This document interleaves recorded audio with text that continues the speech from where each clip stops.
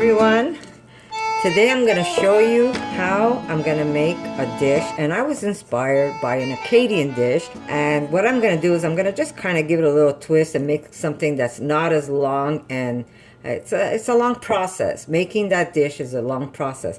So I'm going to kind of jazz it up and make it into a very quick dish that you can make, especially for your kids. This is going to be a great dish if you want to make something for your kiddies, and we're talking young kids are going to love this, and so will adults, because I'm going to show you how you can present this if you want to make a little hors d'oeuvre or an appetizer.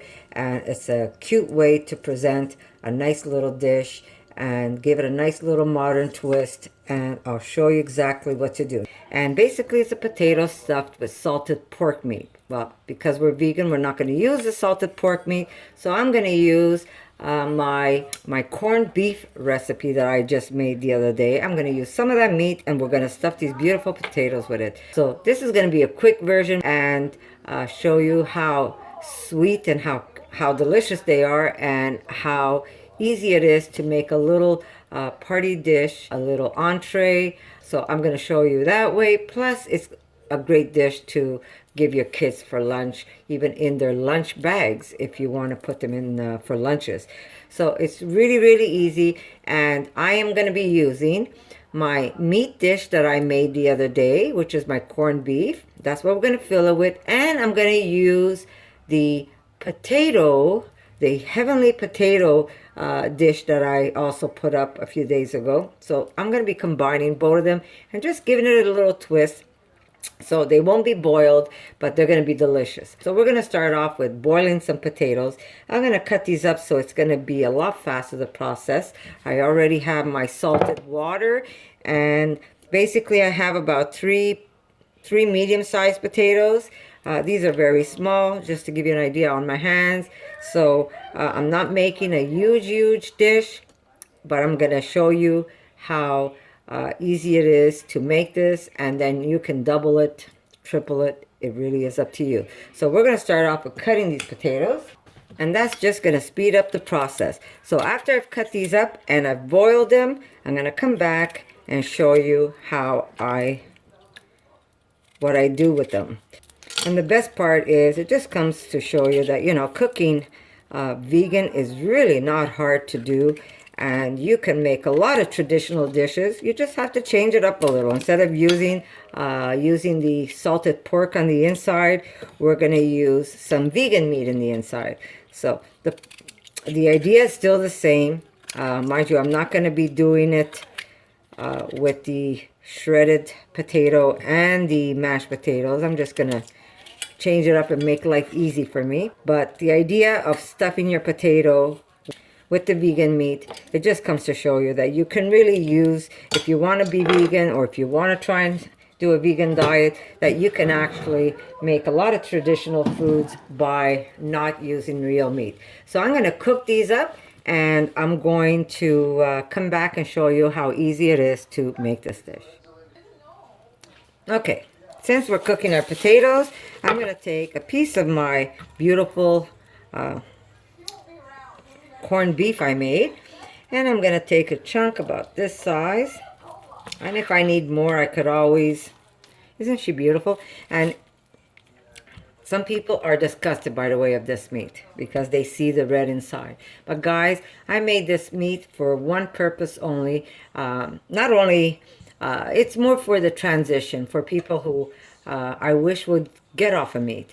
And that's why I show you that you could actually have things that look like meat, taste delicious, and make an easy transition. And for the ones who don't mind having the red color, great. You get the added vitamins with the beet. But some people are a little grossed out, but that's okay. You don't have to put the beet in. You could leave the beet out. So I am going to just cut up this meat first in not super thin slices, and then we're going to just basically cube it. So I'm just going to cut it again, and then we're just going to cut it in smaller pieces, so it gives you that cubed look like the salted pork would. Want to have that salty taste to it, just sprinkle some beautiful salt on it and you're gonna have the salted meat. So I'm going to just give it a little bit of salt, not too much. And I'm gonna put this in a dish. There we go. And I'm gonna add some fried up. I'm gonna fry up some onions. I'm gonna chop it up really fine. I'm gonna fry it up separate, and I'm just gonna integrate it with my cubed meat. So I'll get the onion out. Put this away. Now, because I'm making a small amount, I'm only going to chop up a smallish onion. But again, guys, it's your recipe. You know, add what you want in it. If you don't want to make the cube meat, you can put some minced meat if you want. And you can season it how you like. But I'm going to show you how I'm going to season mine. Very simple, but yet very delicious. Okay, into the garbage it goes.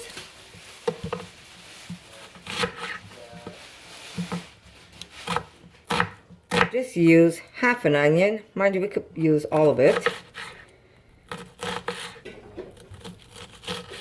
If you're making this for kids, get creative. Maybe you want to put little bits of broccoli, or maybe you want to put some peas, or little bits of corn niblets. That really is up to you. I'm just showing you how I make it, and then it's up to you. Here we are. I'm just going to quickly fry this up.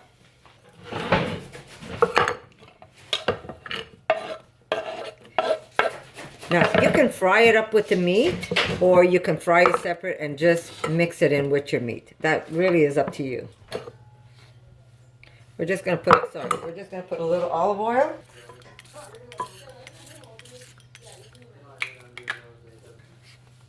And just cook them up. And I'll see you in a little while, guys. Okay, so while that is being cooked, I'm going to put some black pepper. Now, season the meat the way you want to. Like I said, it doesn't have to be. If you're doing for children, you want to leave out the black pepper for sure. And don't be afraid to get your onions nice and golden. So I'm going to cook them up just a little longer. Now, I do want to add just a sprinkle of salt. And here are my onions. I'm going to incorporate it. And I'm going to let this cool off so I can actually handle it when I'm stuffing my potato. Okay, there we go. Just taste it. So good. Now, it doesn't have to be the corned beef recipe that I had. It's the only meat I had ready. If I had my pork roast, I probably would have done that one, my pork loin.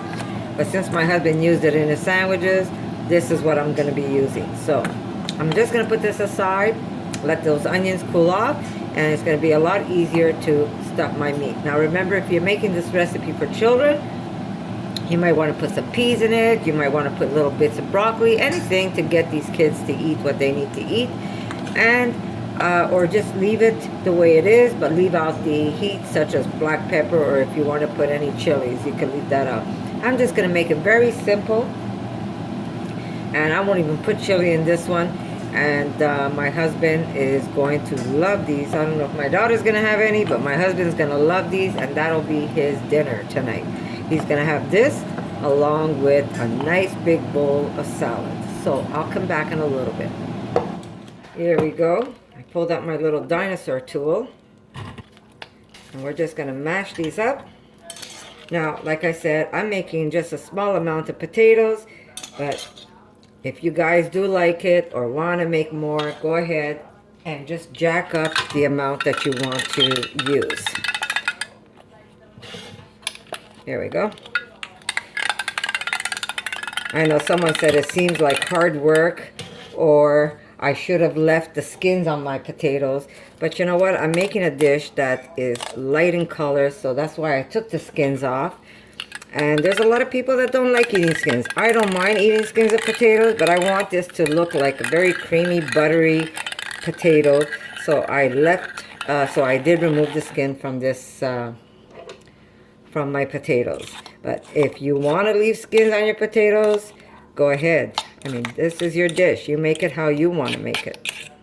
Now, since we're on this recipe and I'm using my corned beef meat, I've been getting some different types of feedback. I've been getting good feedback. I've been getting lots of good feedback. So that's later. I'm going to just add the flour right now. I'm going to put in some, here's the flour that I'm using.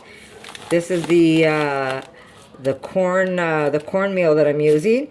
And I'm going to add it to my potato. And that's like the recipe that I have up the heavenly potatoes.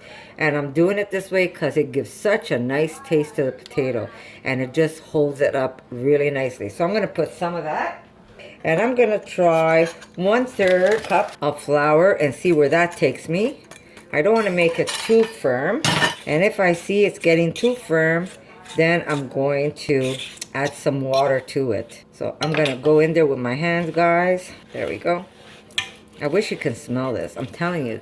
Eventually, I remember talking to a cousin of mine a long time ago, and we were talking about computers, and we were on the telephone talking, not a cell phone, we were on the telephone, and we were telling each other. I said to her, you know, one day, Fiorella, you and I are going to talk to each other over the computer, via the computer, and we're going to actually see each other's face. And this isn't that long ago. This must be about maybe 24 years ago. And sure enough, the reality did come true a long time ago. And I'll tell you another thing. You know what's going to happen? We're going to have the same thing. We're going to have the chance to be able to smell what somebody's cooking. I bet you anything. So here we go. Like I said, I'm going to just put just a little more, just so we don't. So just 1/3 cup with my 3 medium-sized potatoes. Look at the texture. You see how I'm able to push my finger in there? You don't want it too firm. Plus, this is going to also firm up a little because we're going to put this in the fridge when we're done with this. So get yourself a plate ready because we will refrigerate this. Okay, here's our potatoes. Now, how big we make them is really up to you. So I'm going to start off. Here we go. The size of an ice cream scooper. Now my ice cream scooper is broken, so I have to kind of push it out. But we're going to start making a little indent inside. And we're going to put some of my vegan meat. There we go. And then we're going to take just a little bit and we're going to kind of flatten it out and turn it into a ball. Now, if I would be doing the traditional, the Acadian dish, they leave it in balls and then they boil this. But because I'm making an inspired dish, I'm not gonna boil this, but I am gonna leave it as is. Here we go. And I'm gonna put it aside. Now, you can do it this way, or you can try and turn it into like a hockey puck. There you go. So it really is up to you. But I'm going to leave it into a ball. There we go.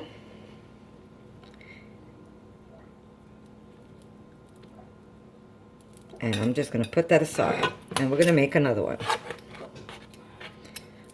There we go. The size of a scooper. Mind you, this is broken, guys. And nothing's going to come out of this. So I'm just going to hammer it out. Push in the inside, make a well, and again, fill it up with your vegan meat. Take a little bit of potato, and we're just going to place it on top.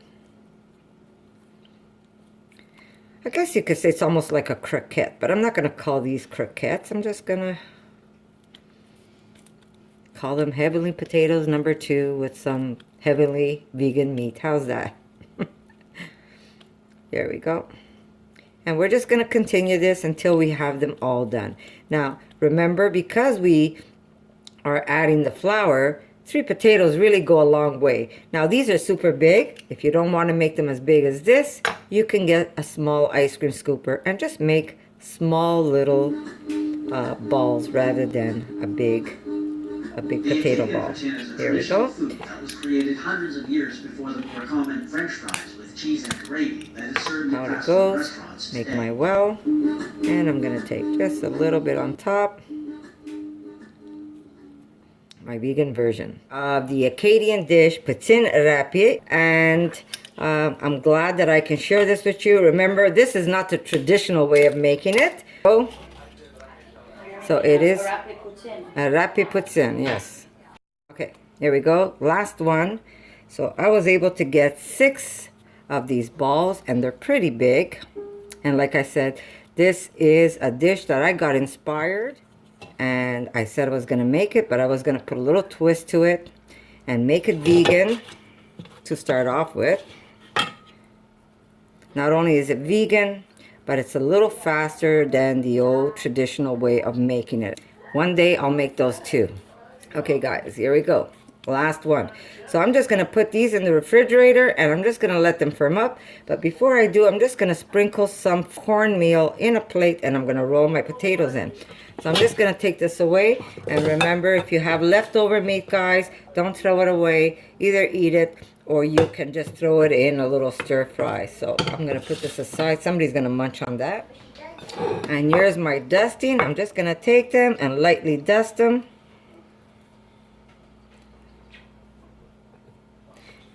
And we're going to put them in the refrigerator, and we're just going to cool them off. And then we're going to fry them when they're ready to be made for dinner.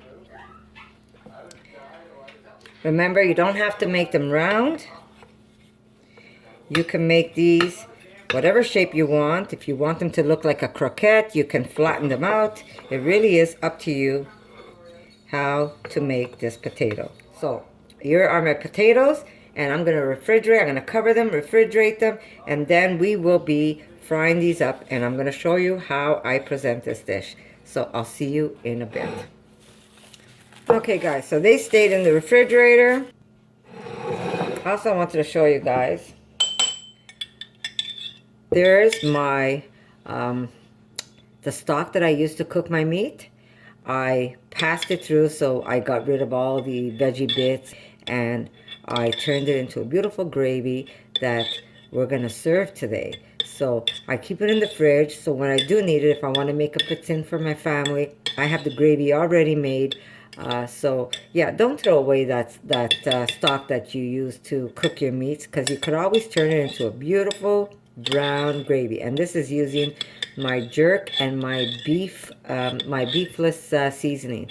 So just a little hint, don't throw it away. And one day I'll show you how I make this. It's very simple, but it's really, really nice. So guys, don't throw it away. Make a nice gravy out of it. Okay guys, I'm going to take one. I'm going to just do one for now to show you how I'm going to serve this. And then the rest I'm going to cook when my husband comes home. Here we go. It's a nice size if you look at it in one. And I'm going to deep fry it.